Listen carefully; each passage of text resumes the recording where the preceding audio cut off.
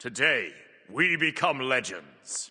Hey, my name's Inter, and welcome back to the channel, and today I'm going to be answering your Smite 2 questions. I made a community post a few days ago basically asking for all of your questions that you have about the game, because I do get a lot of them in the comments. I try to reply to as many as possible, but I thought I'd make a dedicated video where, you know, a lot of them are commonly asked questions can be posted in this thread, and I'll answer them in a video. Because with open beta coming, and a lot of people, you know, either not having tried the game in months, or not even tried the game at all, or new players coming in, there's been a lot of questions being frequently asked in my comments, a lot of the same ones a lot of the time, but I do reply to most of them. I try to anyway, but there's often a lot of them, so I thought making a video for it would be the best. So yeah, I made this community post with open beta approaching. I'm sure a lot of you have questions about Smite 2 if you're making the switch. Leave them here and I'll answer them in a video, and of course this is that video. And so we'll just be going through most or all of these, at least the good ones, and we'll be giving them an answer. So first up, this guy says, I need a video on the ideal start and farming method for each lane. I will be making a start guide. I think I'm probably going to wait until after Vegas on the 17th for that though, just because at the moment the conquest map has changed substantially, and especially for jungle starts, no one really knows what's optimal at the moment. I've seen a bunch of different top players using different starts. I've been using different starts myself and trying them out.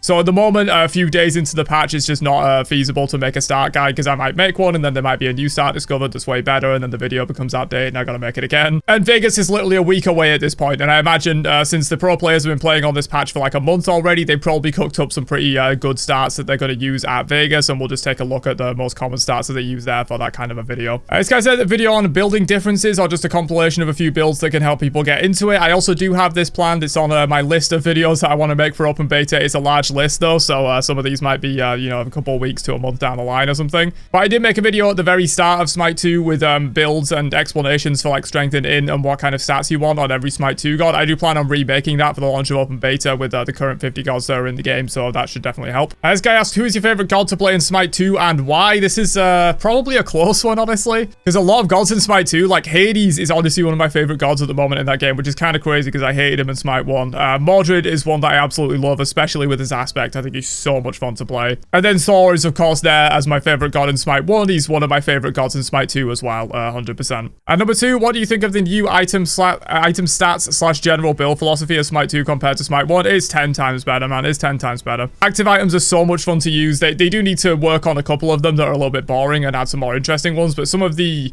potential that you can see with the system with items like Circe's Hexstone and Jade Scepter, Staff of Myrddin, some of the boosting items like Avatar's Parachute and Dreamer's Idol, they're really cool. Like, you can really see the potential with the active item system, and strengthened in from the get-go has been really interesting to me, honestly. I do think they should go a little bit more into hybrid scaling on some characters. You know, there are some that I think could use hybrid scaling that they've gone pure strength or pure int on that I think could be more interesting, but overall, super interesting item system, way cooler than Smite 1. Next up, hey man, can you make a video for the different starts? Okay, yeah, another one on the starts. I will be doing one of these. It says Weekend has one, but it's like 8 minutes long and not well made at all. I haven't watched that one. This is a stream clip. Also, I've seen like 4 different starts. Yeah, I do tend to make my start videos pretty quick, because most people are like looking them up in the pre-match lobby wondering what the fuck they're going to do, so I try and make them, you know, a couple of minutes, 2-3 minutes or something like that. Probably worse for ad revenue, but that's probably what people want in terms of a video from this, and I will be making that, as I said, after Vegas. Number 1, why do some gods deal both magical and physical damage, and is it better to focus on one or both for a build? Gods don't deal magical or physical damage. Well, they do deal magical or physical damage. They don't deal magical and physical damage. Every god is like, Anubis is magical damage, Mordred is physical damage. I think this guy's getting confused with strength and int scaling and magical and physical damage. They're completely separate systems. Your god either deals physical or magical damage, and so far that is always the same compared to Smite 1. So if your god dealt magical or physical damage in Smite 1, they deal the same type in Smite 2. The only difference is that they're split scaling with strength and intelligence now, and don't think of them as physical and magical power. They're not, they are kind of similar in a lot of ways, in that, like, you know, strength is equivalent to physical power in that it's better for your auto attacks, and int is equivalent to magical power in that it's generally better for boosting ability damage. But also in Smite 2, int generally scales a lot of utility effects like Shaq's healing on Rain Dance, or the protections that he gets from his 2 and stuff like that. So just think of them as 2 different stats that can scale your utility or your damage in different ways. They're not physical and magical power. And 2, can you explain what the CDR is since they switched it to a percentage number? I can give a brief explanation here for those interested interested, but I do have a full video breaking down CDR in depth. It's like an 8 to 10 minute video that I'll link down below on CDR. Basically, what they've done with CDR is in Smite 1, you got a percentage CDR. In Smite 2, you get cooldown rate, which is a flat number, which converts to CDR using this formula that I will put on screen. And essentially, the long and short of it is that in Smite 1, CDR was exponentially more efficient the more you had, because in terms of the amount of ability cast that you get, you know, if you have a 10-second cooldown ability and you have 20% CDR, you're going to be casting it every 8 seconds, but if you have 80% CDR, you're casting it every 2 seconds, which is like 5 times as often. So basically, it was exponentially scaling in Smite 1, which is why it needed a cap, whereas in Smite 2, it's linearly scaling. The more cooldown rate you buy is the same effectiveness on your amount of ability cast per second as it is if you had 0, if you had 100 or whatever. So that's the basic gist of it, but as I said, there's a full, more in-depth video linked down below explaining why it works that way. Next up, can we talk about how so many gods are damaging gods specifically are brokenly tanky or the opposite? Nemesis full damage build shouldn't be mitigating more than my support, or Hercules solo doing more DPS than my hunter. I just don't think this is true. I think this is probably a bit of an over-exaggeration. Yes, sometimes gods can be really tanky, you know, if they're building like a couple of bruiser items. Bruiser has historically been very efficient, just because protections are more efficient the less you have. So generally, if you just build like 1 or 2 defense items on a jungler or whatever, you can get quite tanky while not sacrificing that much damage. That's just kind of always how the game has worked. You know, going straight up full tank becomes less efficient the more defense you buy, whereas it's really efficient for the first few. But like a Nemesis full damage build mitigating more than your support is just not true unless the dem literally ulted your support and stole a lot of their protections, and that's only temporary. And Hercules solo should be doing more DPS than your hunter. He might do more burst damage at certain points in the game, especially if he's fed, but if a Hercules is just trying to straight up 1v1 a hunter in the late game, Hercules loses that 9 times out of 10. A video including farm splitting and roll starts. It seems like roll starts are a very common request. It's unfortunate that I'm not going to be able to make that until after Vegas, but that's only a week away at this point. Do you think Smite 2 will have a chest system, and how do you feel about the idea? Yes, I would bet my entire life on Smite 2 having a chest system at some point, 100%. I think they might hold off on it for a little bit just because, you know, they're kind of in a little bit of hot water with monetization with the game at the moment. They don't want to, you know, go too heavy on monetization because they're trying to get the core game good, and also there's still some people pissed off about losing their skins, and if they add chests, it just lends credence to those idiots that are complaining about their skins. So it might be a little while until we get a chest system. You know, maybe at full release they will start adding like a chest system, but there definitely will be one. They're just incredibly effective for making money. It makes far more money than direct purchase skins. How do I feel about the idea? I don't like it, but it's just the reality. You know, if people never bought chests, they wouldn't do them, but people do buy chests, so it's going to happen. This guy has 2 questions. What would you think would be the best aspect for any god? That's a really interesting one. I do have a full document that I'm working on of aspects for every single Smite 2 god. I think I've got about half of them done so far with some pretty interesting ones. So this is my current document that I've got going for all the aspects and stuff. You can take a look at these, pause the video if you want. But one that I do kind of think is pretty crazy that I do like is this one that I made for Morrigan. You can see in the section where I say like what is trying to shift them towards, I've just got a bunch of question marks because I don't even know what's going on with this one, to be honest. But the Morrigan no longer has abilities. Instead, she remains in the fountain the entire game and can select any ally god to spawn and control an exact copy of them for 1 minute. This effect has a cooldown of 10 seconds, increasing to the current target's respawn timer if the Morrigan dies while controlling a clone, and recalling to base will end the transformation early if you want to switch. So yeah, basically Morrigan becomes not even a god. She can just spawn copies of her teammates during team fights and laning phase and stuff to farm up. This would be an absolute balanced nightmare. It's never going to happen, but I thought that was a pretty cool idea. Another one I kind of like is Agni, aiming him towards a melee assassin / bruiser. So Rainfire now calls meteors directly on Agni instead of at range, and Noxious Fumes has a reduced cooldown, but now emanates from Agni and follows him around for 3 seconds. Path of Flames no longer dashes, but creates a ring of fire around Agni and grants movement speed, but ticks at a reduced rate, and Agni's basic attacks are now melee and apply ability item effects at 20% value. So this is just one that kind of like turns Agni into a bit of a melee assassin or bruiser style god. This one for Ula I also kind of like as well. This video won't be entirely about these aspects. I might make a dedicated video on that, but one more. Ula can no longer switch stances. Instead, his axe stance abilities are folded into his bow stance. Bladed Arrow now stuns the first god hit and continues forward, dealing damage only after that. Exposed Weakness now provides attack speed and movement speed. Hail of Arrows now leaps to a location and then fires the arrow shot at his original location, and Ula gains both the strength and lifesteal from his ultimate at all times. So this is kind of turning Ula into a little bit more of a traditional like attack speed hunter, because you can get some really powerful steroids through his 2 and his ultimate, just giving both. But yeah, there's a few ideas for aspects for gods. I've got a full document of those, of course. We might do that in a video at some point once I complete the document. And he says too, could some gods be replaced by aspects on others? For example, I think Lance's kit would be a nice aspect aspect version of Guan Yu? I don't think so. I think god kits are two different. Aspects aren't meant to be a completely new kit. They're meant to be a new take on an existing kit. And I don't think this will really work. There's no kits that are similar enough to where you could make them an aspect. I don't think that's a great idea. What would your dream aspect for Chang'e be when she's added to the game? I'd love a support viable variation. They will probably go in this direction with Chang'e. I don't have a specific idea, but they will probably go in some kind of supportive direction for Chang'e, I think. Either support or bruiser. Explain the new CDR for people. Again, I've explained that already in this video. I've got a full video link down below. If you could design an aspect for a god, we've done that one. So jumps are CC buffered other than silences, but do they also buffer cripples? Feels like they shouldn't buffer. That should be the exception, as cripples are the counter to movement abilities. So as far as I'm aware, no, they do not buffer into cripples because cripples are soft CC, and therefore you can't buffer into soft CC. Buffering is only for hard CCs. So yeah, cripples will still completely work as normal against jumps, I believe. Are you worried about the long-term balance for Smite 2? For example, Milan getting a 360-degree stun. Does she have a 360-degree stun? I assume he's talking about Amaterasu, not Milan. I am a little, like, tiny bit worried about the long-term balance of Smite 2. It will be quite difficult to get it in there, but honestly, I'm less concerned about balance than I am just about, like, the game being interesting and fun. And I think a lot of these systems, they might be harder to balance, but they're also pretty interesting and fun. And honestly, towards the later years of Smite 1, they did get better with the balance of the game compared to the earlier seasons, so they might do a better job in Smite 2 of keeping things a little bit more balanced. What's an aspect you would make for a god that's currently in the game? We talked about that. How do you build hybrid? Wouldn't focusing on either strength or int rather than dividing it be better? With hybrid gods, yes, sometimes it can make you worse if you are having to go into double stats, but some items have both stats on them, and those are really good for hybrid users, and sometimes you can just focus into one direction or another. They will often provide you different benefits, like on Shaq, for example, if you want to go a bit of damage, you can go int to get a little bit more scaling on like your ultimate and your 3's healing and your 2's protections, or you can go strength to get more scaling on your axe, your auto attacks, and your 2's damage. So generally, it's a little bit of a trade-off, you know, you're not going to be scaling your other abilities super hard, but they generally are balanced in that way. A lot of abilities scale with both as well. You know, like Aladdin is a really good example of this. Like Aladdin scales super hard with both stats. And so a lot of the time, whether you're going strength or whether you're going int, or of course, if you buy those items with both stats on them, it can be really powerful. Do you think they should use the aspect system to bring over Smite 1 kits that are lightly or heavily overhauled? Example, Zeus aspect of the Aegis being able to deploy a shield at the cost of his 1 and 2, not immediately putting max lightning stacks on minions.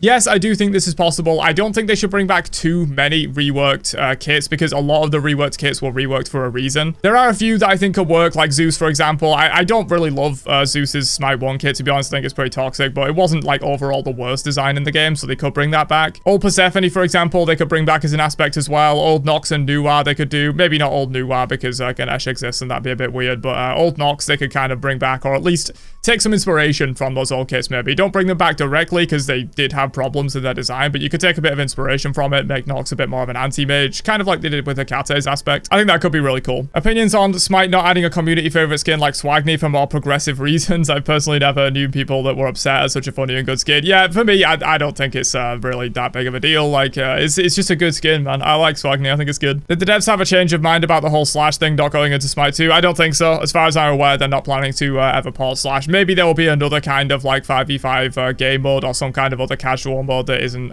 you know, Joust or Assault or Arena, obviously. But at the moment, I don't think they have any plans to port Slash. Will you make an Assault guide? Probably not. I don't think Assault really needs a guide. Maybe an Assault tips and tricks. I did one of those videos for Smite 1. Like, there's a few tips and tricks that you can use in Assault, you know, in terms of item builds, in terms of how you play. But in general, I don't think Assault really needs a guide. It's just, you know, play your god well and hit your abilities, and you'll probably do fine in Assault. Could Cernanos be an ADC slash jungler with his new aspect? And if so, how would you recommend building him? ADC, I wouldn't recommend ever going the aspect on Cernanos. If you're an ADC, that losing the range is just way too big of a downside. In terms of being a jungler or a solo laner, though, yeah, I do think there's some potential there.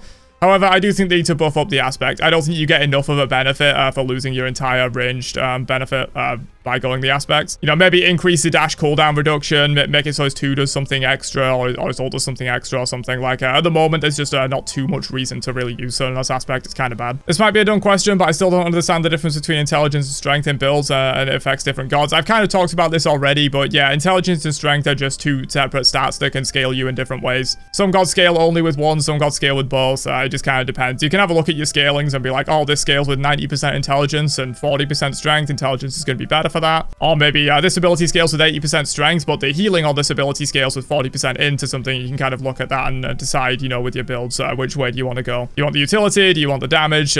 Which one is better for scaling your damage? All that kind of stuff. King Arthur when? I don't know, but hopefully very soon. I think Arthur will be really cool in the new systems. Outside of the new item system and strength in, what are the fundamental differences between Smite 1 and 2 that someone switching should know to succeed? I'm going to have a full video coming out on this relatively soon for the launch of open beta, because I feel like that's kind of necessary for people making the change from Smite 1 in open beta. And there are a lot more differences, probably too many to go over and explain in this video, but I will have a full video coming out in probably the next few days to a week with this. What settings should people be running for best gameplay performance, even with the most recent update? I'm still getting some chop. Don't know if it's the settings or the fact that only NA server is East Coast and I'm currently in Central NA. Yeah, in terms of frame rate lag, this server won't affect that, but yeah, in terms of like delay on your abilities coming out and stuff like that, ping will definitely affect that. In terms of settings, I don't really know. I've not experimented with it too much because Smite 2 runs fine for me anyway, so I just run it on pretty much max settings. The only thing that I have turned off is anti-aliasing, at least off of TAA, because TAA makes the game look awful. It makes it look blurry as hell, and I think it's also a performance hit. So generally, if your game looks really blurry and low resolution, try turning off TAA if that's on. I had it off for the longest time, and then it put it back on for open beta, and the game looks terrible with it. So if your game looks a little bit blurry and low resolution, turn off TAA. But other than that, I don't really have any super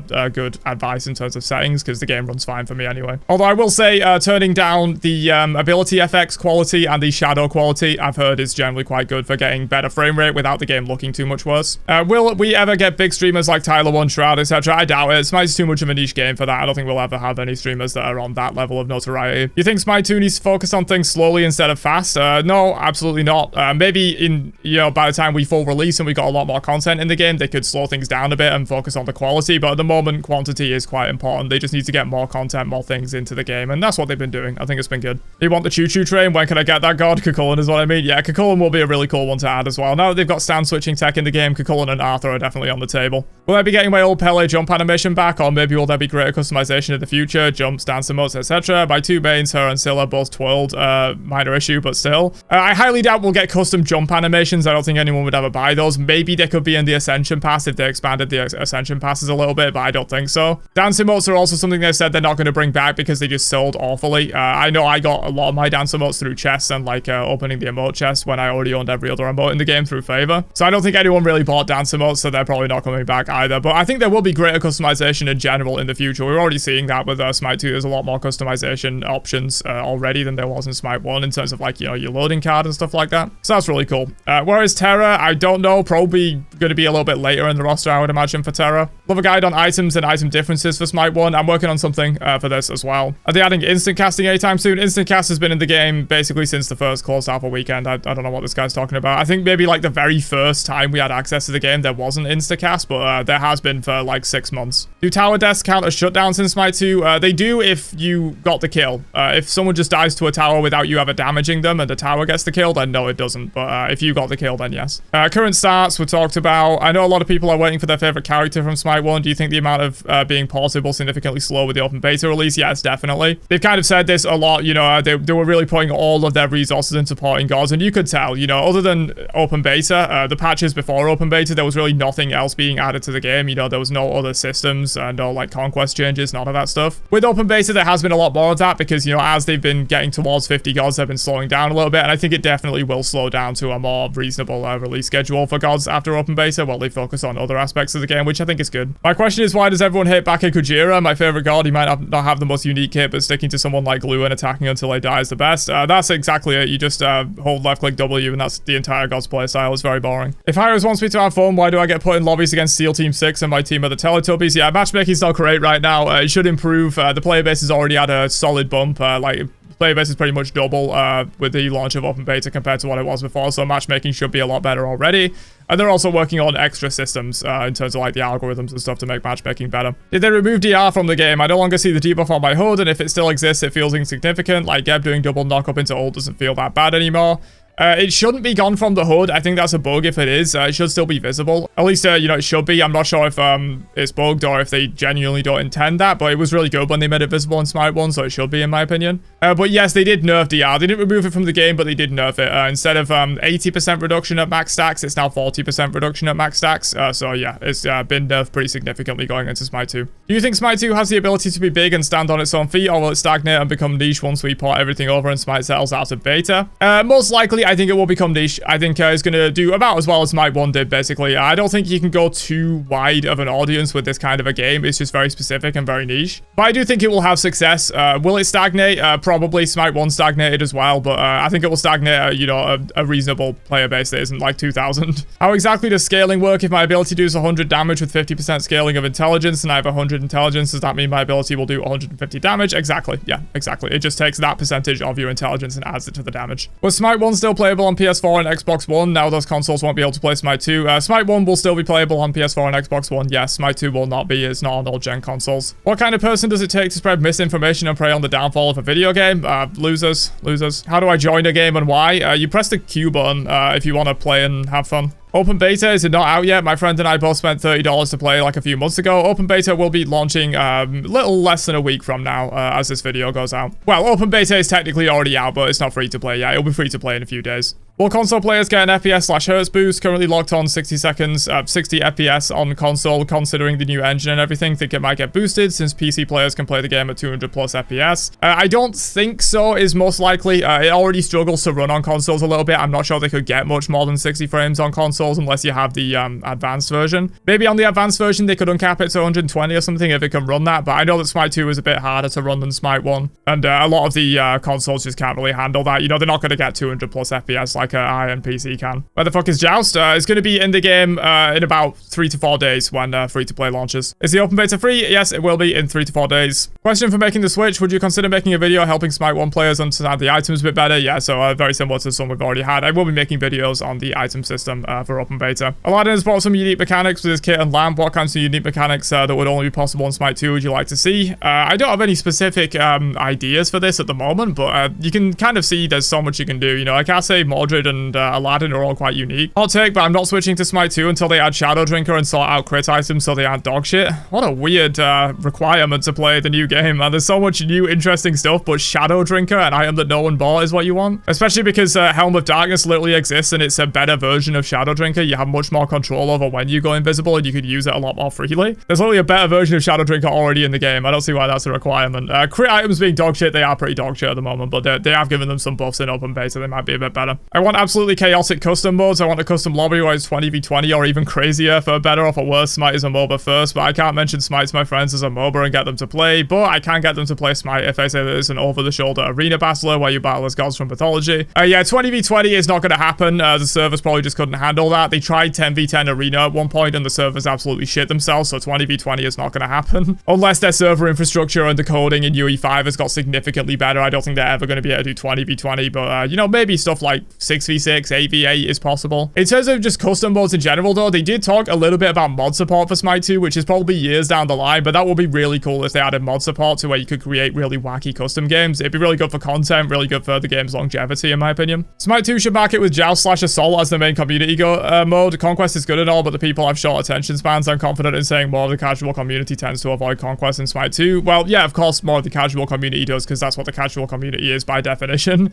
Conquest is not casual, it's competitive, that's just by nature. That's like saying a lot of the competitive community avoid the casual modes, obviously they do. But yeah, I don't think they should back it with Joust or Assault as the main mode, especially not Assault, because it's very, very different. I don't think Assault should be the main game mode, and even Joust, I don't think it should be either. It's a MOBA at heart. Yes, it has some like battle arena elements. Well, it's a multiplayer online battle arena. Yes, it has some like, you know, Overwatch style elements, I guess, with it just being kind of like a third person over-the-shoulder battler, but ultimately it is a MOBA at heart, and I think Conquest is the best way to play the game, and it's also the best way to attract other MOBA players. When are my $800+ worth of skins getting transferred across? Never. Stop commenting this. I don't know why you're still following the game like 15 months down the line when they said at the very start that your skins won't be coming over. If you don't like that, you can go play a different game. Some of them might get ported over and they are available for 100% legacy gems, so you don't have to spend any money to rebuy them, but not every single skin is going to get ported over, just a handful of the most popular ones. Why would/should I leave Smite 1 for Smite 2, lol?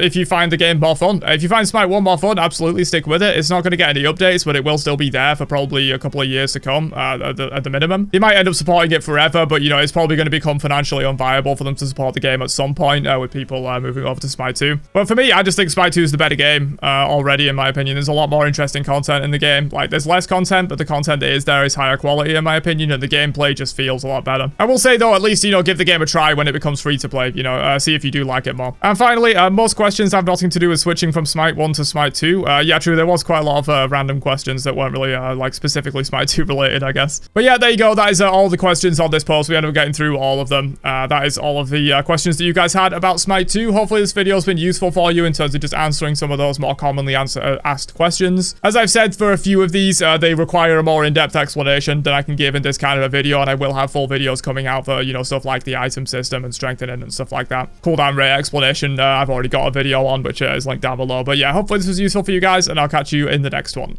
Peace.